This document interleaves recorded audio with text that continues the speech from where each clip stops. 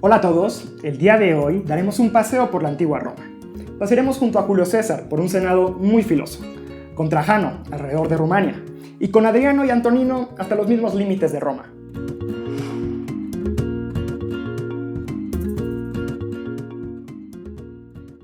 Hola a todos, mi nombre es Fermín Begueriz, bienvenidos a Compas Guiándote por la Historia, el podcast. Compas Guiándote por la Historia es una revista digital que busca compartir contigo artículos históricos de un minuto de lectura que te inviten a disfrutar de las épocas pasadas, siendo este podcast un espacio para que profundicemos sobre ellos, reflexionemos sobre la historia y la vivamos juntos. Comencemos. Bueno, para todos aquellos que nos ven en YouTube, les agradeceríamos mucho si le pueden dar a la campanita, darle like y suscribirse. De esa manera nos ayudan y ustedes podrán estar enterados de los capítulos que vayan saliendo. Y así podemos seguir viéndonos por YouTube o escuchándonos por Spotify. Bueno, sin más preámbulo, Esteban, muchas gracias por estar aquí con nosotros. Mucho gusto. Guilén, gracias también por estar aquí. Muchas gracias. Pues el día de hoy nos toca un tema, pues dar un paseo por la antigua Roma. Creo que lo ideal sería abordarlo de manera cronológica. Guilén, ¿te gustaría iniciar? Va, empecemos. Yo les voy a platicar sobre unas monedas curiosas. Hay unas monedas romanas, que ya sabemos que se llaman denarios, que de un lado dicen la palabra brut y del otro la abreviatura Eidmar, E-I-D-M-A-R, es decir, idus de marzo. Estas monedas, de hecho, fueron emitidas por Bruto, uno de los asesinos de Julio César en el 42 a.C. Los idus eran los días de buenos augurios en la antigua Roma. Generalmente eran celebrados entre los días 13 y 15 de cada mes y los más importantes son los de marzo, por dos razones. La primera, marzo era el primer mes del año antiguo romano. Y aparte los idus coincidían con la primera luna nueva, es decir, el primer día del año. Okay. Ese mismo día, el Senado romano llamaba a un vidente para que les dijera qué es lo que les esperaba en el nuevo año. Y la segunda razón es porque el 15 de marzo del año 44 a.C., Julio César, dictador perpetuo de la República Romana, que realmente ya parecía más un imperio, fue asesinado en el Senado, incluso después de haber sido advertido por el vidente. El calendario romano nombraba los meses de una manera distinta a la actual. Esto ya lo habíamos platicado, pero creo que es bueno retomarlo para hacer unos pequeños, señalar unos detallitos. Porque se usaba como una herramienta religiosa para determinar fechas sagradas. Los meses se dividían en 3 periodos, no en semanas. Estos 3 periodos eran calendae, nonae e idus, que correspondían a la luna nueva, luna media y luna llena. La división de semanas fue hasta mucho tiempo después con el emperador Constantino. Entonces, como se dividía el mes, era por medio del calendario lunar. Sí. Los idus de marzo no solo marcaban el inicio del año, el año nuevo romano, sino también el comienzo del año consular, este año político. Entonces, ellos habían unido el calendario religioso con el de la vida política.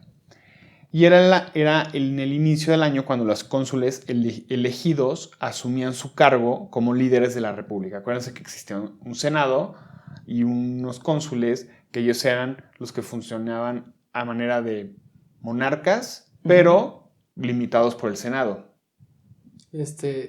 Bueno, no eran como monarcas. La tarea del cónsul era más bien simplemente aconsejar al senado. Lo que pasaba es que cuando había conflicto, se elegía y podía ser cualquiera de los cónsules porque eran 2, o cualquiera del senado, o cualquiera de ciudadano romano como un emperador, un dictador. Ajá. Y lo que pasó es que empezaron las guerras de expansión y entonces ya ese dictador decía, bueno, seguimos en guerra. Me voy a por seguir. Lo tanto, yo tengo que seguir con la función por bien de... Como bien una buena función. Soy un buen funcionario público, así que lo voy a hacer hasta que termine. Y la guerra no terminaba. Entonces, sobre todo porque él seguía manteniendo la guerra. Porque, justamente... Que fue un poquito lo que empezó a hacer Julio César. Justamente son guerras de expansión. Entonces, yo voy a estar aquí hasta que la guerra termine y si yo la sigo alimentando... pues esto no termina. Y mi cargo tampoco. Bueno, pues justamente eso se empezaron a preocupar.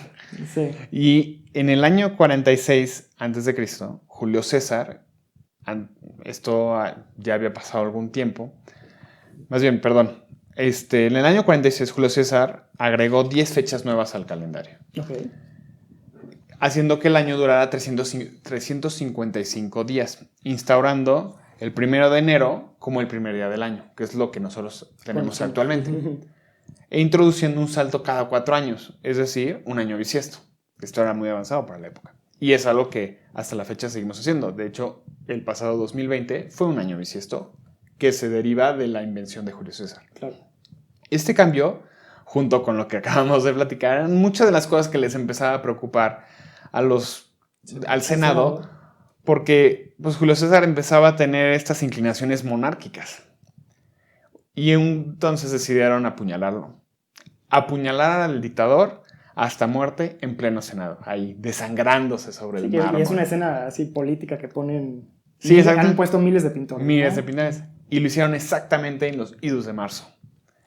Ahora, esta leyenda que les platicaba del vidente, en realidad no existe como una fuente histórica que nos diga que eso sucedió, y realmente nos llega por una obra de teatro de William Shakespeare. Vale. William Shakespeare escribió en 1599 la tragedia de Julio César. En esta obra, él marca a Bruto, el supuesto mejor amigo de Julio César, como el autor intelectual del atentado. En esta obra hizo famosa la frase del escritor romano Plutarco: cuídate de los idus de marzo, la cual supuestamente el vidente le dijo a Julio César. Julio César se pensaba intocable. Entonces, la leyenda nos cuenta que antes de entrar al Senado, volteó a ver al vidente sonriéndole, retándolo y diciéndole: los idus de marzo ya han llegado. A lo que el adivino le contestó: sí, pero no han terminado. Chan, chan. Entra al Senado y lo matan. Las monedas emitidas por Bruto recuerdan el asesinato del dictador con la abreviación Eidmar, es decir, idus de marzo, bajo un píleo de libertad, que es como un gorrito, Claro. entre dos dagas, referencia clara al apuñalamiento. Sí. Aquellos idus de marzo del año 44 a.C. supusieron un hito histórico al iniciar un periodo de transformación en Roma, que obviamente si matas al dictador perpetuo se genera un vacío de poder. Entonces ese vacío de poder alguien lo va a buscar, y las subsecuentes batallas que hubo lo hicieron que la República Romana se transformara en el Imperio Romano, que fue señor del mundo durante siglos y que trajo una nueva forma de organización política y militar, aparte de que expandió su cultura grecorromana a todo el continente europeo, bueno, a la gran parte del continente europeo, de ahí a Occidente como civilización actual y a Latinoamérica como derivado de una tradición occidental. Y la base de varios de nuestros idiomas, conocidos como romances, el español, el francés, el portugués, el italiano, entre otros, vienen del latín. Justo. La verdad, bueno, sí, o sea, es muy interesante, ¿no? Ese alcance que tuvo la cultura romana. Y que fueran las bases para la cultura occidental que hoy tenemos. A mí me gustaría contarles un poco del primo olvidado, digamos, una lengua romance, pues que no muchas veces es conocida o tomada en consideración, pero que si hoy nos ponemos a hablar con un rumano, podríamos llegar a comprender alguna idea general o incluso algunas palabras. Mira, si me permiten, como les bien decía, ¿no? Entre las lenguas romances o provenientes del latín podemos encontrar el rumano. Rumania, al norte de los Balcanes, es un país europeo donde convergieron justamente el latín, ¿no?, con las lenguas eslavas de la zona. Y antes de la migración de estas tribus, alrededor del 700 después de Cristo, la preocupación por la seguridad del Imperio Romano, y específicamente por dos emperadores, Domiciano y Trajano, cambió por completo todo el desarrollo cultural de la zona. O sea, estaban tan preocupados que la decisión que tomaron transformó la realidad social de ese límite oriental del que estamos ahorita hablando, del imperio. En un primer momento, Dacia, que es esta región ubicada en la actual Rumania, estaba conformada por varias tribus, hasta llegar a su unificación bajo una misma corona, que sería la de Burebista. Uh-huh. El fortalecimiento de este reino bárbaro, como así lo conocían los romanos, preocupó tanto a Roma, siendo así que el entonces emperador Domiciano optara, digamos, llegar a un acuerdo con el rey Decébalo en el 86 después de Cristo. Uh-huh. ¿Cuál fue este acuerdo? Roma te pagará un tributo a cambio de que tú mantengas la paz. Ok. ¿No? Y digamos que sonaba justo, porque lo único que hizo realmente fue darle, digamos, le otorgó capital suficiente para incrementar las riquezas y la fuerza del reino de Dacia. Ajá. Entonces, yo estoy alimentando una paz por un cierto tiempo, pero realmente tú con tu dinero te estás armando y estás creciendo. Con mi dinero.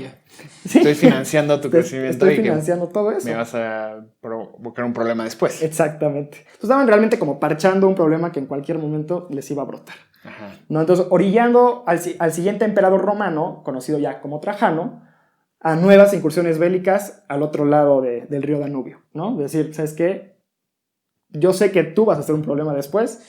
Mejor me adelanto a que tú luego te voltees contra mí y empieces a invadir toda esta frontera oriental que tenemos. Entonces, con la captura de la hermana de Decébalo, del rey bárbaro, ¿no? Según de acuerdo a los romanos, Trajano consiguió un acuerdo de paz con el cual Dacia, la hermana, perdóname, fue la hermana de Decébalo, fue capturada por Trajano. Y entonces lo que lograron fue hacer un acuerdo de paz donde el reino de Dacia hacía los mismos enemigos y aliados que Roma. Entonces hacían coordinaban sus políticas internas y externas. Okay. Sin embargo, al poco tiempo, el rey Dacio rompe el tratado y desconfigura esta alianza política que tenía. Ya teníamos los mismos aliados, ya teníamos los mismos enemigos, realmente no había por qué pelearnos. Ahora tú rompes con esta, quieres pelearte. Entonces, bueno, vamos a irnos por la segura. Entonces, en esto algunos historiadores dicen que se utilizó la mayor concentración militar del periodo para que Trajano pudiera lograr una conquista definitiva de Rumania, ¿no? Entonces, será durante la Dacia Trajana, recordemos que así se llamaba, ¿no? La región Dacia. La región Dacia, que el latín se vuelve de uso común en la zona, dando así origen a varias de estas raíces que tenemos en común entre el rumano y el español, dos lenguas derivadas del latín como común. Entonces, digamos que esta frontera, y esto sucedió en todas las fronteras, o sea, no nada más sucedió en la frontera oriental. Todos lados. Entonces, sucedió en todos lados. Está la frontera oriental y la frontera occidental, que yo creo que tú, Esteban, eres el ideal para platicar un poco más sobre ella. Bueno, aquí primero no será mucho de lenguaje, pero podemos hablar de las fronteras romanas del otro lado del imperio, ¿no? Ok. Un poco recordando estas guerras permanentes que querían los emperadores, si bien ya para el año 100, 200 después de Cristo, nadie iba a criticar al emperador por no estar en una expansión constante. La idea de los romanos seguía siendo así como, si yo hago crecer el imperio crece por mí, entonces yo tengo me aseguro un lugar en la historia de Roma, ¿no? Es como ponerle un segundo piso a... Pero voy a pasar a la historia, ¿no? Algo similar, entonces había en la isla de Britania había unos bárbaros que eran los pictos y una pequeña colonia romana al sur de la isla. Y entonces lo que hizo el emperador Adriano cuando llegó, pues ya los límites de Roma se veían débiles. Había habido muchas muertes en Britania y en otros lados, ¿no? En Germania, al norte, en Oriente. Bueno, justo terminaban de pasarle encima a los romanos. O sea, todo estaba así como de cabeza, ¿no? También el norte de África, en el sur del imperio, estaba así como todo extraño. Entonces lo que decide Adriano es, bueno, voy a poner un muro. Vamos a hacer un muro para que no nos molesten. ¿Y cómo vas a hacer el muro? Pues vamos a dividir la isla en dos. Entonces construye, de hecho, es el muro más largo construido en Europa. Después está la muralla china, pero divide completamente en dos la isla. Y es el muro de Adriano, tiene un total de 117 kilómetros de largo. Estaba lleno de fortalezas, cada cierto periodo, algunas puertas, siempre estaba vigilado. Y eso dejaba a los pictos en el norte y a los de Britania, los britanos, en el sur. Entonces así ya los romanos podían tener una economía estable con los britanos, poder crecer, todos felices y contentos, y dejamos a los salvajes en el norte porque no los podemos controlar, ¿no? Y pues fue muy aplaudido, qué bueno. Y pues bueno, murió. Y después vino Antonino, otro emperador que dijo, yo puedo, o sea, si él puso un muro para que no pasaran los bárbaros, yo voy a hacer mejor que él, voy a dar 3 pasos más al norte. Y entonces construyó la segunda versión, ¿no? El muro de Antonino, que son a unos kilómetros más al norte del muro de Adriano. Más hacia Escocia, ¿no? Hacia la actual Escocia. Hacia la actual Escocia, justo como la mitad de lo que hoy es Escocia. Construye otro muro, es un poco más chiquito porque en ese lugar la isla es más angosta y es un muro no tan bueno. O sea, porque el primero estaba hecho de rocas grandes, sólidas, y el otro pues era un poco más delgado, más pequeño, sin tanta infraestructura. Y pues ahí estuvo un tiempo. También es conocido, por ejemplo, con el nombre de el muro de Antonino. No, el muro de Antonino también es conocido con el nombre de Severino, porque tiempo después Severino, otro emperador, lo quiso remodelar, así como vamos a hacerlo muy fuerte porque esto no está funcionando. Pero de hecho, justo como no funcionaba, los pictos normalmente se brincaban, es como una valla, ¿no? Es como le pasaban encima con facilidad, y los romanos terminaron teniendo por límite el muro de Adriano, así como este es el que en verdad funciona. Como muy pocas veces lo llegaron a pasar los bárbaros, entonces se quedó como el límite en Britania, ¿no? Pero, o sea, finalmente utilizaban, digamos, seguían utilizando esos dos, o sea, esos dos después se quedaron solo con el de Adriano. Okay. Ese como después del muro de Adriano, bárbaros. El de Antonino quedó así como fue que nuestro mal intento. No se logró. Así como fue un intento fallido. No hay que hablar de eso. Hay que olvidarlo, pero lo encontraron arqueólogos. Por favor, no. Hay que recordar el de Adriano. De hecho, justo tiene más importancia el de Adriano, que en 1987 fue considerado por la UNESCO como Patrimonio de la Humanidad, y fue hasta el 2008 que el de Antonino, así como, bueno, también démosle chance, fue considerado también como patrimonio. Patrimonito. Así como chiquito, ¿no? Como, con cariño. Y esos dos, junto con los de Germania, los del norte del imperio, forman justo el patrimonio de la humanidad, y se llaman los limes romanos, es como los límites del imperio. Sí, ahorita que hablamos, bueno, que hablas justo de murallas y estos, bueno, digamos, fronteras, ¿no? Que tenían, me viene a la mente que las murallas fueron una técnica que utilizaron mucho los romanos. Y sobre todo Julio César lo utilizó cuando fue a conquistar. Para la Galia. Lo utilizó para la Galia. O sea, ahí de alguna forma digamos que era muy complicado. Una de las tierras más complicadas de conquistar antes de Julio César era la Galia. Sí. Entonces, una de sus maneras de coronarse, o bueno, pues, sí, porque después iba a coronar casi, ¿no? Pero para legitimarse como líder político fue utilizar, fue ir hacia la Galia, tratar de conquistarla, y le estaba yendo muy bien. Los galos, digamos que funcionaban no de manera unida, sino eran más como de pequeñas tribus que tenían Asterix y Obelix. ¿No? Ellos nunca los conquistaron. Nunca. Justo por eso batalló. De hecho, casi meten al Imperio Romano en una crisis monetaria, ¿no? Gran cómic. Obelix y compañía. Sí, pero digamos, lo que hizo Julio César, metiendo en problemas a los galos, fue ir, digamos, concentrando sus fuerzas en una sola región. Entonces, los galos, después de una tradición de no haber funcionado como unidad política por muchos años, llegan a reunirse bajo un mismo mando. De Vercingetorix. Exactamente. Y lo que hace Julio César, la verdad, o sea, ellos creyeron que era una manera para hacerle frente a Julio César y luchar contra él, pero Julio César le dio la vuelta por completo.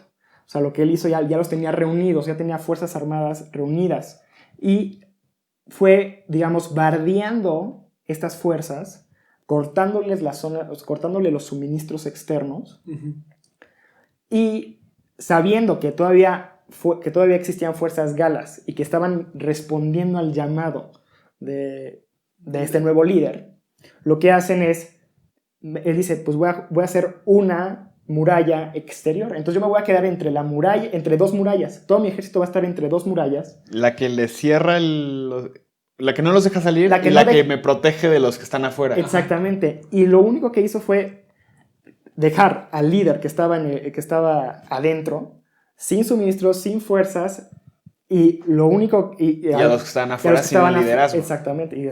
Y lo que logró hacer fue, digamos, que este líder se rindiera y que pudieran al final, Julio César, conquistar la Galia por completo. Y devolver a Roma con la medallita de haber hecho lo imposible. Pero que ese también fue todo un tema, porque a la hora de tratar, o sea, que regresa, perfecto, ya conquistaste la Galia.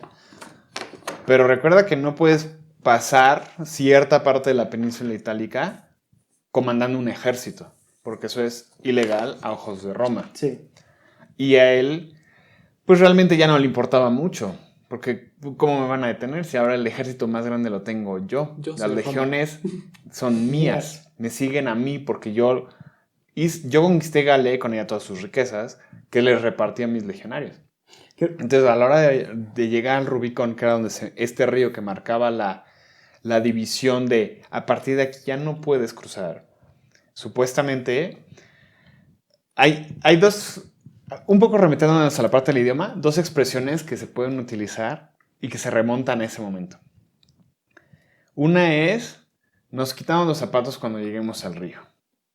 Okay. Eso es, ¿para qué nos preocupamos de algo que todavía no ha llegado? Falta. Y realmente se remite a eso, vamos hacia el Rubicón y nos vamos preocupando ya que estemos en el Rubicón si lo cruzamos o no, que es la parte ilegal. Acercarse no es, cruzarlo sí. Y otra de las expresiones es la suerte está echada, que es justamente lo que la leyenda cuenta que él a la hora de cruzar dijo alea jactas est, que es la suerte está echada, los dados exactamente, en la cual ahora sí ya no hay vuelta atrás, crucé el Rubicón. Sí. Y tenemos justamente como esta cultura romana sigue reforzándonos hasta nuestra fecha la forma de pensar. No, y además algo muy interesante que dices, ¿no? Que Julio César justamente después de haberse coronado con muchas victorias, lo que hace es generarse mayor lealtad del ejército. Entonces, una similitud muy cercana a la que llegamos a mencionar en episodios anteriores, en la temporada anterior, sobre Napoleón Bonaparte. Napoleón Bonaparte también, digamos, haciendo una similitud de su figura como militar, lo que hace es generar igualmente, seguir una carrera política muy similar a la que está haciendo Julio César, pero lograr lo que Julio César no logró. O sea, como cónsul. ¿Llegar a Rusia? No, llegar a Rusia, bueno, ahí nadie lo ha logrado. Tampoco. Pero lo que sí logró fue, digamos, transitar de un consulado, de un consulado a un imperio. Bajo él como figura. Sin morir en el intento. Sin morir en el intento. Pero finalmente también, digamos, esa herencia militar, esa herencia romana por excelencia, de lograr mayor lealtad, a mayor lealtad que tú tengas de tus fuerzas, mayor poder político empiezas a generar. Claro, ¿no? Porque no hay forma de que alguien te haga frente. Exactamente. O por lo menos eres un jugador bastante poderoso en el juego político de tu estado, o del momento. Que además, ¿cómo se dice? Es algo muy interesante porque esto, si bien de alguna manera se puede decir permitió la caída del imperio, también de alguna manera permitió que prevaleciera, ya que Sí. pues sí, iba creciendo y entonces conquistas y bueno, tú te quedas con esto. Y eso genera como la alianza para el emperador, justo le da cierto poder. Pero cuando cayó la cabeza, cuando cayó el imperio, porque los bárbaros del norte le pasaron encima, pues ¿qué pasó después? Estos pequeños, pues lugares que le tenían lealtad al emperador, ya no hay emperador, pero no perdieron su identidad. Entonces eso formó los feudos en la Edad Media y guardaron de alguna manera también esa identidad romana. Entonces cuando hubo alguien que utilizara ya Se el pusiera lugar, el estandarte de el lugar romano, entonces pues ahí se, se reunieron todos. Y no solo el Papa, sino por ejemplo después ya que se corona con el Sacro el Imperio así Romano. como, porque él no era romano, o sea, él era del Germánico. norte, era germánico. Sí, sí, sí. Pero al ocupar el lugar así como me coronó el Papa, así como también, bueno, encontramos nuestra identidad. Y entonces es curioso porque justo esta forma de gobernar de la expansión y de andar dando tierras porque te las ganaste, Claro. fue tu batalla, también fue lo que permitió que la cultura romana prevaleciera y que incluso también los idiomas, como veíamos, porque ya pues evolucionó el latín, pero ahí seguía, no se perdió, nunca se perdió de vista. Y toda la Edad Media, pues el latín era la lengua culta.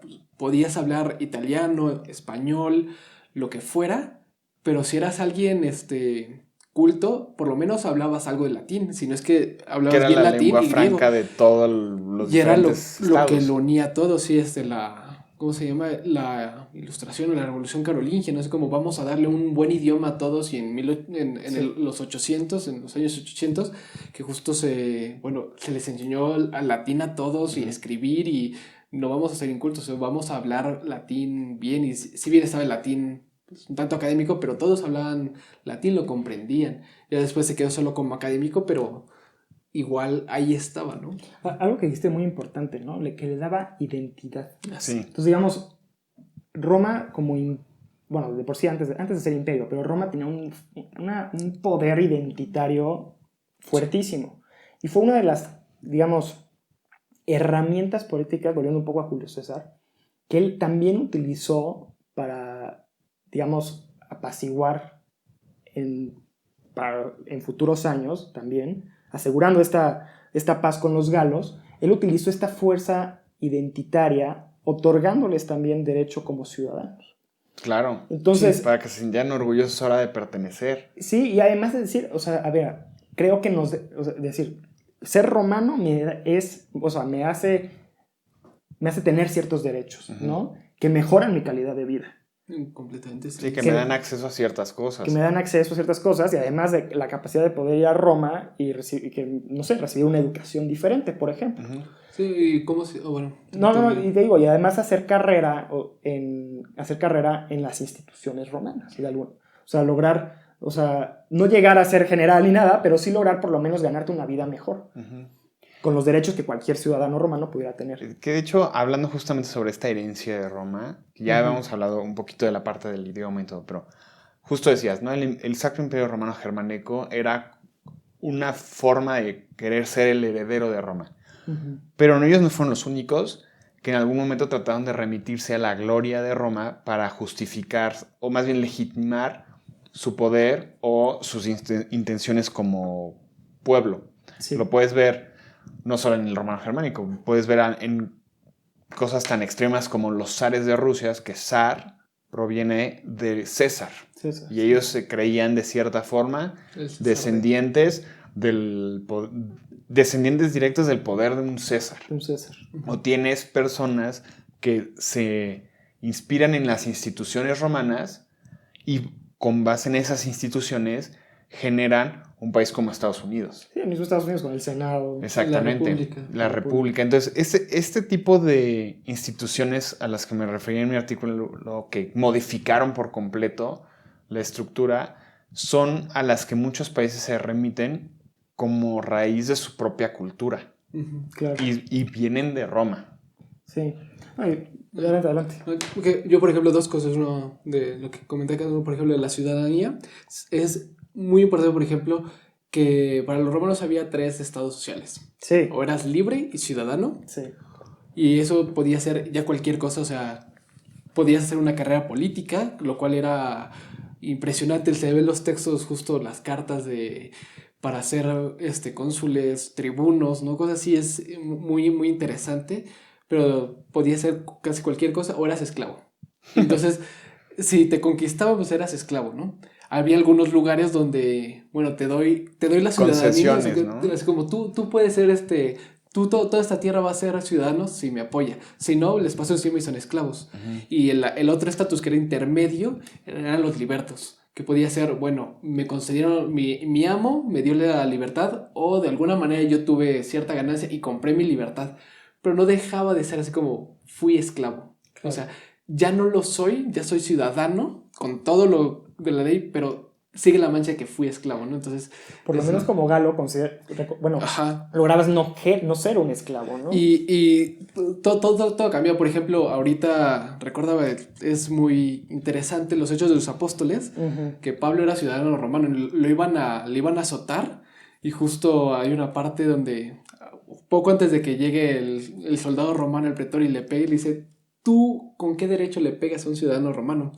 Y el pretor se queda así como, ¿qué? Tú eres ciudadano romano, yo tuve que comprar la ciudadanía romana, es decir, eres un liberto. Y él decía, yo lo soy de nacimiento, no tienes derecho a tocarme. Y por lo tanto, incluso para solucionar nuestro asunto, yo puedo apelar que me juzgue el César, no tú. O sea, cualquier ciudadano romano podría ser, yo puedo hablar con el César directamente, tú no tienes derecho a tocarme. Cuando hubiera sido cualquier otro judío, le pasan encima y no nos importa. No, y es que tus condiciones de vida aumentaban claro. Tenías una institución detrás que te respaldaba, sí, que te daba protección. Completamente. Y lo otro que pensaba de la política, de esto que transforma, son dos cosas. Una, por ejemplo, Tomás de Aquino, que escribió mucho sobre la ley. Si bien él vivía en los feudos, la sociedad feudal, que se deriva un poco del remanente del imperio. Pero no, él cuando escribe sobre la política tiene en mente la República Romana. Y es interesante porque él no la ve, él solo la lee por medio de Cicerón. Ajá. Y es lo que él tiene en mente, y él es lo que propone así como la mejor forma de gobierno es la república. Y entonces esa debe ser la forma de gobierno. Y eso es lo que muchos siguieron después, tanto teólogos como filósofos, posteriormente. Y de hecho, de ahí se puede llegar después incluso a los contractualistas o a los modernos. Y otra cuestión es la forma de juzgar y la forma de el código romano de derecho.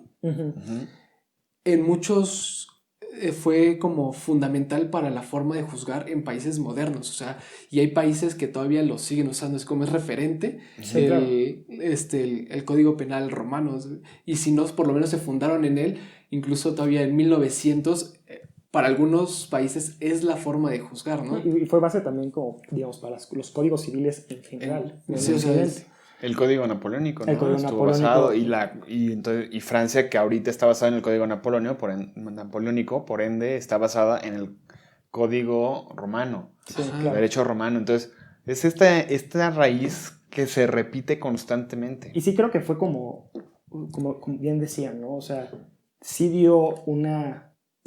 Yo creo que Occidente se caracteriza mucho por su institucionalidad, ¿no? Su capacidad de ejercer o hacer el poder efectivo a través de las instituciones. Y digamos que eso fue también algo que se apropiaron otras civilizaciones. Igual en Oriente ya había, por ejemplo, China sí tenía una gran... una gran infraestructura burocrática, que también el confucianismo le daba como una estructura también jerárquica desde la moralidad. Pero me parece que Roma en sí misma sí es un referente de la capacidad de desarrollo que se puede generar a través de las instituciones. Y que es algo que hoy autores como Acemoglu, ¿no? O como académicos, ¿no? estadounidenses, dicen que es la base o la clave para un buen desarrollo. Si tú no tienes instituciones que sean capaces de ejercer efectivamente la ley o el poder, ¿no? Cualquiera puede hacer lo que quiere, ¿no? Entonces, ¿cómo vas a detener el robo? ¿Cómo vas a detener cualquier otra manera de darle la vuelta a la ley? ¿Cómo vas no institucionalizarse, más bien ok, hay un robo. ¿De qué forma vas a asegurarte que a quien están acusando es culpable y no lo están señalando aunque sea inocente? O sea, existe una institución de, vamos entonces a enjuiciar de cierta forma y hay una ley. Son bases legales. Y son ciertas bases que una institución protege. Sí. Y esas instituciones mantienen ciertas reglas que hacen que esos canales que están reglamentando puedan desarrollarse más rápidamente porque hay alguien que les marca ciertos límites hacia dónde caminar, hacia dónde correr. Claro. Sí, no, creo que las instituciones, si algo le debemos a los romanos, es la capacidad de institucionalizar un gobierno. Porque ellos sí fueron, o sea, sí le dieron otro nivel. O sea, teníamos a Alejandro Magno, que tuvo un gran imperio, ¿no? Pero sí pienso que los romanos le dieron otro nivel a la capacidad de institucionalizar el poder. Y ahí es donde hubo la diferencia. O sea, ahí es donde hubo capacidad de acción, incluso a distancia, como pasó con Antonino en Britania, ¿no? Incluso, ¿cómo se dice? Porque Antonino, el imperio y demás, pero incluso desde antes es impresionante cómo funcionaba, cuando funcionaba bien la república, cómo lo hacían, porque permitía eso, o sea, ya era grande la república. Y el Senado estaba en Roma, los viejos. Pero entonces, bueno, tenemos los cónsules y los tribunos. Pero eso es solo para Roma. Y entonces, ¿qué hacemos? ¿Cómo manejamos esta gran bestia? Claro. Y entonces justo cada provincia tenía su cónsul. Cada provincia tenía su propio tribuno y se establecen los césares. Y entonces se empieza a dividir, bueno, del norte y del sur, del este y del oeste. Entonces ya se empieza a dividir y la comunicación entre todo eso es muy padre. De hecho, de ahí viene, todos los caminos vienen a Roma, porque justo también se puso para que funcione esta gran monstruosidad y funcione como un reloj. Como un reloj. Todo tiene que estar comunicado y hay caminos para todos lados para que todo llegue, todo debe estar sincronizado. Si se dicta una orden desde Roma, que llegue, obviamente con las limitaciones de la época, pero que llegue lo más rápido posible. Ellos tenían la tecnología para los caminos. ¿Sabes que ahorita, haciendo un poco la comparación, ahorita que salió a traslucir Alejandro Magno, fíjense cómo el poder de Alejandro Magno era móvil. O sea, a donde iba Alejandro Magno, ahí se volvía el centro de poder. Ajá, sí. Aquí fue al revés. O sea, lograron hacer una institución, generar una capacidad institucional para que el poder fuera centrado en Roma, ¿no? Y que no fuera literalmente el emperador ir a estarse moviendo para que una acción como hacer un muro en Britania se logre, o generar digamos que reparar el muro se lleve a cabo. O sea, puede ser una orden que se lleve a cabo, o sea, que se dicte y se ejecute. Sí, de hecho, por lo mismo, es como era tan bueno el Senado en eso, que cuando llegó el imperio, no tuvo tanto problema porque ya tenía encargados y buenos funcionando en todo el imperio. Tenía funcionarios. Y entonces, de hecho, justo cuando empezó el imperio, cuando la república, bueno, el primer emperador, pero es algo, ¿cómo se dice? Curioso o confuso, porque si bien de facto era un imperio, de funcionamiento seguía siendo una república. Entonces por supuesto, dejó de ser república y solo era un imperio disfrazado de república. Esa muda institucional, ¿no? Que no sabes perfectamente dónde marcar la línea. Justo porque seguía funcionando y demás. Que aparte creo que una de las cosas interesantes que sabían hacer los romanos era la idea de respetar el lugar al que llegaban. Donde era, primero te voy a conquistar por las buenas, donde sí voy a demostrarte que con mis legiones puedo arrasar, pero te voy a permitir mantener tu cultura. Solo me tienes que pagar un tributo y con estamos. Y eso les ayudaba mucho porque entonces cada una de las culturas que ellos iban conquistando mantenían sus líderes no generabas que se tambaleara el poder local, claro. Y ese líder le respondía al líder romano que estuviera encargado de la región. Claro. Entonces, de esa forma tenías controlado todas las ramas de tu imperio hasta el último punto. Algo que, por ejemplo, Alejandro Magno no lo pudo hacer, porque como se estaba moviendo y se llevaba su ejército para todos lados, acabó diciéndole a sus generales, bueno, tú te encargas de esta, y luego tú de esta, y se las fue heredando. Ajá. Sí. Y cuando él muere, no... Cada quien hizo lo que quiso. No claro. existió una institución que dijera, ahora el poder se hereda de cierta forma. Que diera una transición al poder. Algo que Roma sí hizo, primero de formas muy civilizadas, cuando era un reino, cuando era una república, hasta que el imperio ya se volvió un poquito más de pues, la grilla política de quién es el heredero y a quién hay que matar para que sea el otro el heredero. Pero por lo menos existía esta idea de él es el César. A él es al que los demás le hacen caso y se bajaba así la información. Así es. Por supuesto, más jerárquica. Era piramidal. Sí, por supuesto. Y como se dice también, algo que les ayudaba era justo cuando era por las buenas, que ya lo decíamos, conseguía la ciudadanía romana que era igual para todos. Entonces un romano del norte de África era tan romano como aquel romano de Italia, como aquel romano de Britania, y todos eran como... Yo soy romano y yo vivo en Roma. Y eso era curioso esa concepción, porque yo vivo en Roma, pero no, tú vives en Hipona. No, yo vivo en Roma, yo soy romano. Esa idea de nacionalidad como tal, no creo que existiera tan claro antes. O sea, se identificaban a lo mejor con pueblos, con religiones, con tribus, pero tanto así como de, yo vivo a los kilómetros que quieras, pero soy romano. Soy romano. Aunque esté en las orillas del Nilo. Pasaba con Hispania igual. Y eso les da una unidad que les funcionó mucho. El problema fue que pues, llegaron los bárbaros del norte que... Las migraciones. Que empezaron a mezclar ideas. ¿Por qué eso? ¿No? Además que yo creo que tomaron también como decisiones así que igual no fueron las más sabias, como dividir el imperio en 3, luego en 2. Entonces luego tenías un imperio... Hubo 4, hasta 4. Entonces generabas la situación ideal para que un imperio se enfrentara. Habías generado 4 cabezas. Bueno, pero justo hablando de todo, una institución tan fuerte y que se remitía a orígenes tan arraigados, incluso después de la división, aguantó la idea de, bueno, vamos a seguir siendo herederos de Roma, aunque ya en Roma no sea nuestro y estemos en Bizancio. Claro que sí. Sí.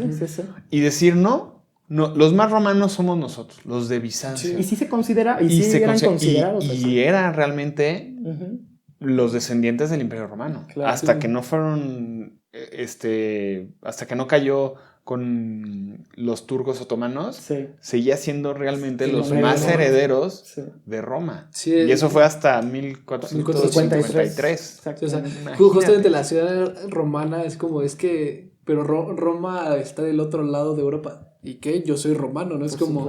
No veo cuál es el conflicto contigo. Para ellos es como... Yo soy tan romano como cualquier otro. Es como, pero Roma ya cayó. ¿Y qué? Yo vivo aquí, soy romano.